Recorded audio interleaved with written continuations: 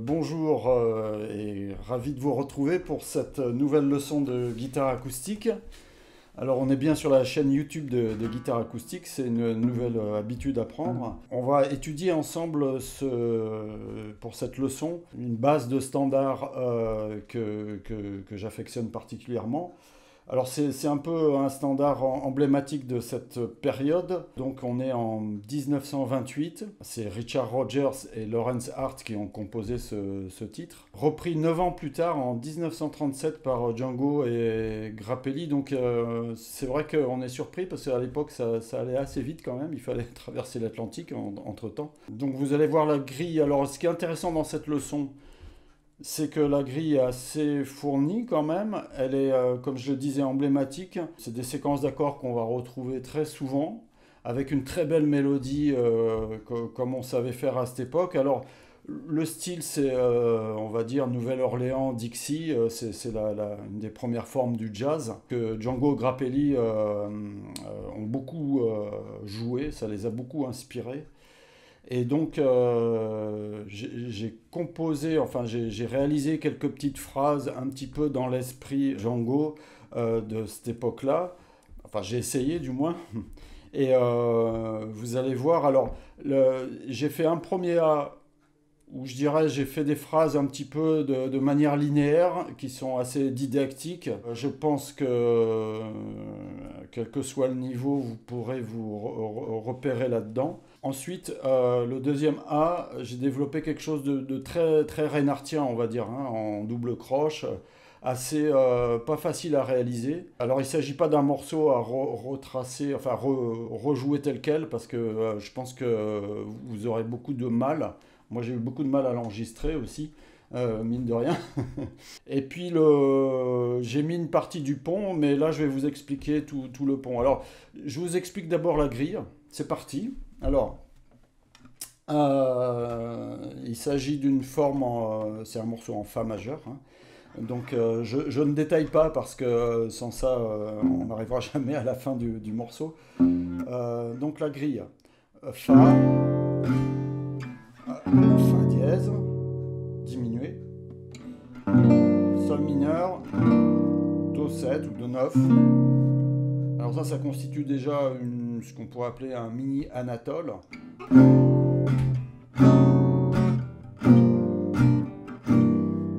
Et on se dirige vers la séquence suivante où là, on refait un Anatole, mais c'est la deuxième variation de l'Anatole, c'est-à-dire Fa basse La, que vous pouvez faire comme ça, ou en triade. La bémol diminué, en triade aussi par exemple. Ou alors comme ça. Sol mineur et Do 9. Ensuite, on va repartir sur Fa 6-9, Fa 7 ou Fa 9. Donc là, clairement, on module. En Si bémol, on peut faire comme ça aussi, hein. Je pense que vous avez eu pas mal de leçons précédentes qui vous ont expliqué tout ça. Si bémol mineur 6, Et enfin la fin. Tadadam, tadam, tadam, tadam. Voilà. Do7 pour recommencer. Le pont, on l'introduit par le La7. Ça va nous amener sur Ré mineur. Alors séquence très caractéristique de ce morceau-là.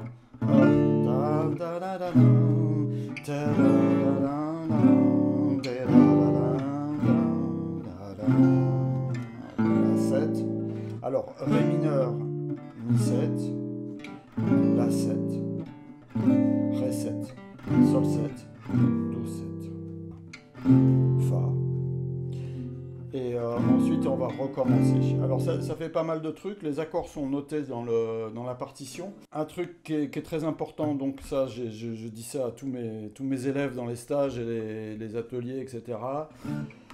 Prenez le temps d'aller écouter ce standard-là, d'autant plus que c'est magnifique, par des chanteuses. Vous aurez, je pense, beaucoup de plaisir à les écouter. Ella Fitzgerald, etc., etc., Anita O'Day. C'était plutôt un thème chanté par des femmes, mais Sinatra fait une très belle version aussi. Prenez le temps d'aller écouter ces petites notes-là qui vous raviront l'oreille. Et surtout, c'est quelque chose que si vous ne faites pas, c'est un handicap parce que le contexte est assez déjà difficile à maîtriser. Donc c'est vraiment une aide d'écouter le contexte. Voilà, alors je vous chantonne la mélodie vite fait comme ça pour que vous ayez une idée quand même. Ça fait...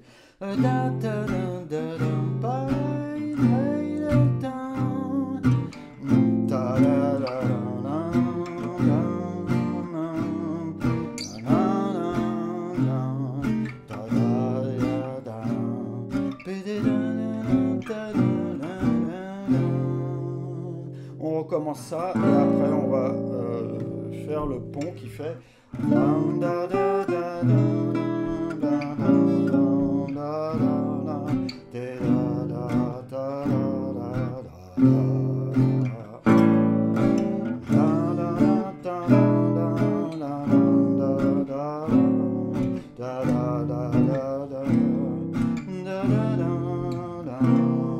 voilà, puis ça on recite un A encore.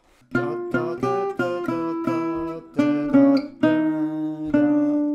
note très étrange. Mi bémol, Ré. Pareil, Ré bémol, Do. C'est la mélodie originale. Je sais que Ella Fitzgerald, par exemple, elle joue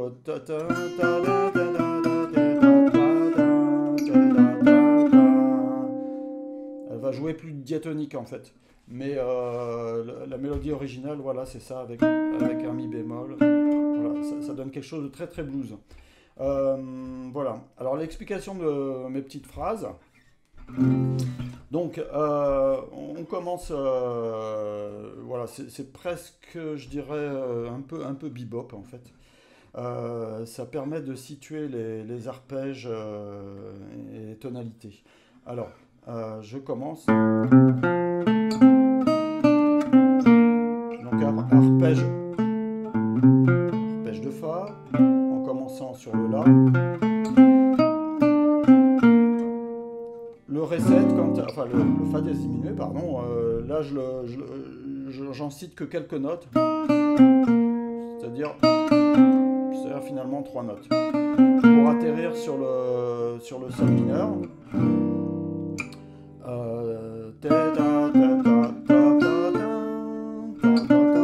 alors ça c'est pas du tout un Ré mineur en fait, comme on pourrait croire, c'est un Sol mineur 9. Et après, j'arrive sur la quinte augmentée. Voilà. Ensuite.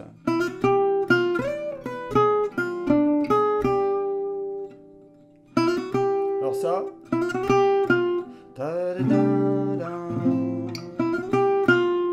C'est une sorte d'apoggiature par-dessus le Fa, quoi. Hein. La bémol diminué. Sol mineur.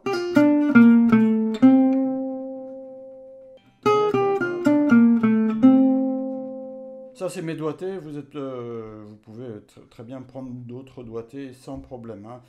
D'ailleurs, au début, je pense que je l'avais plutôt fait comme ça, en montant dans le manche. Et puis après, j'ai préféré prendre l'autre doigté qui est un tout petit peu plus simple. Mais voilà, faites comme il vous plaît.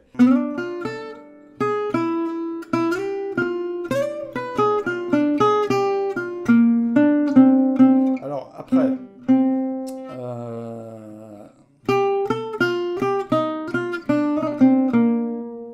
alors j'ai choisi de faire ça comme ça.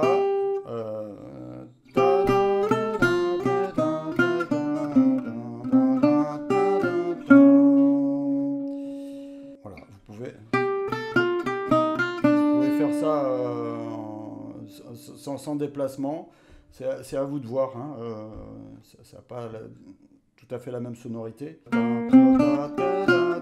on se retrouve sur le si bémol mineur, vous voyez, ré bémol. Ensuite, la phrase qui va venir sur cette partie-là.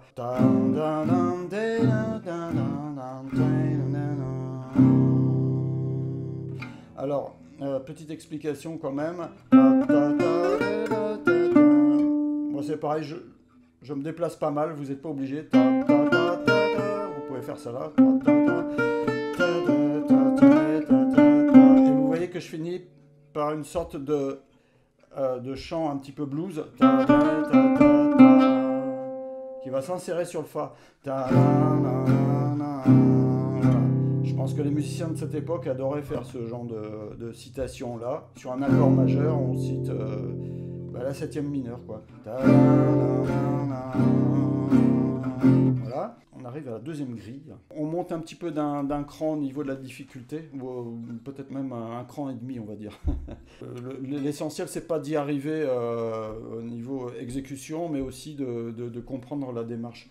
Donc, je me suis inspiré pas mal vous savez, de ces traits reinhardtiens qu'on trouve dans le fameux solo de nuages, enfin, etc., qui sont des splendeurs. D'ailleurs, on en parlera peut-être un peu plus tard. Donc,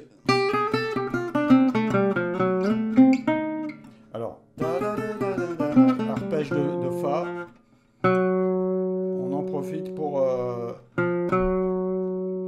plonger sur le Fa dièse du Fa dièse diminué.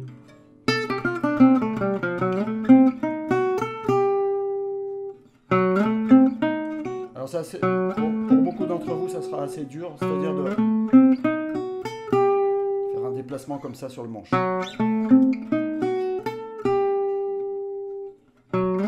Pardon.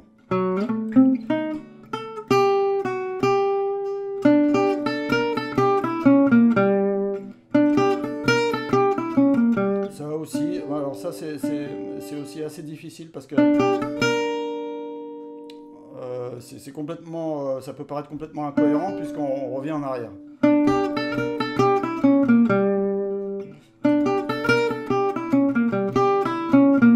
Alors toute cette série là, c'est un Do 9e bémol, en fait c'est l'arpège diminué en fait, hein. Toujours celui-là qui nous ramène sur la mineur, en fait l'accord c'est Fa ici.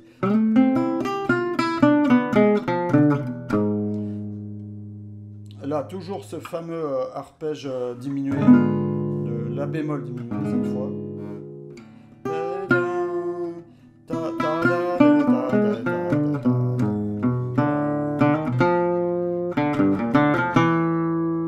Je vous rejoue le truc lentement.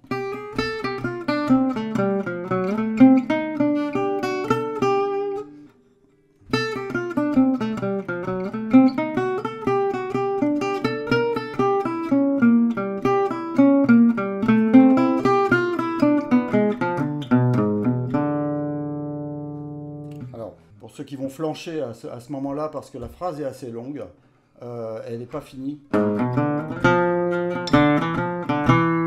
va jusqu'à là. Donc vous pouvez carrément sucrer toutes les dernières notes si vous manquez d'oxygène, quoi, hein. C'est très compréhensible parce que il faut beaucoup d'énergie pour y arriver à la fin. Ensuite, on enchaîne par le Fa7. Alors Dans des leçons ultérieures, j'aurai l'occasion de peut-être de détailler tous ces arpèges parce que je pense que c'est vraiment intéressant. Là, il faudrait trop de temps. Arpège de do mineur qu'on retrouve très souvent dans le jeu de Django. Voilà, c'est un arpège de do mineur 6 qui permet en fait de jouer ce facette sur ce facette.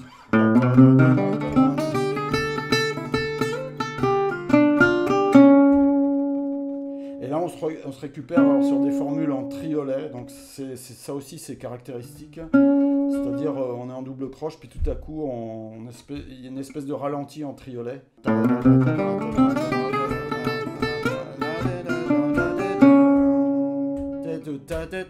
Vous voyez. Et là, ça nous amène sur le si bémol mineur 6. Donc tout ce passage-là est peut-être assez difficile à... Voilà. Le but, encore une fois, c'est d'étudier la chose et d'enrichir son phrasé. Hein. Si on n'arrive pas spécifiquement à faire toutes les phrases, c'est pas grave. On arrive là. Et enfin, la phrase de conclusion de ce passage-là.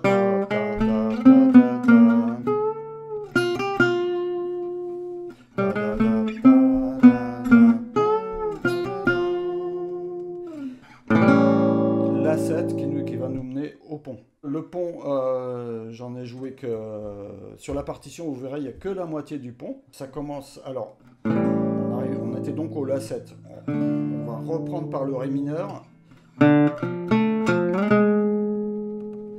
C'est plus ou moins une variation sur le thème du pont, en fait. On retrouve les notes.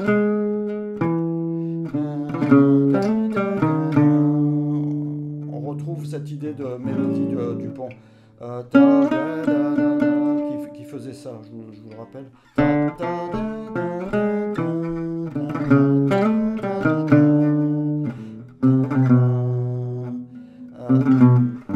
Là, on arrive sur le Sol 7. Et... ça, c'est quoi? C'est bizarre, cet accord. C'est une sorte de...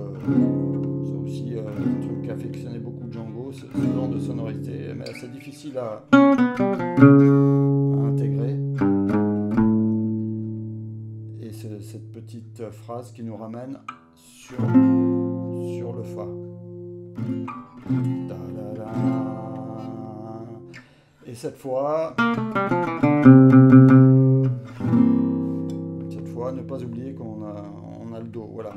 Donc ça fait beaucoup de travail, beaucoup de choses. Essayez de séquencer votre travail, peut-être d'étudier la première partie d'abord, vraiment pendant pas mal de temps. Je vous rappelle que l'écoute du morceau est très, le standard original. C'est vraiment une notion que moi j'insiste particulièrement là-dessus avec mes élèves. Et ils le savent, et au bout d'un moment, voilà, ils prennent l'habitude. Donc, je vous souhaite un bon moment musical avec ce standard-là. Et puis, je vous dis à très bientôt sur cette même chaîne. Au revoir.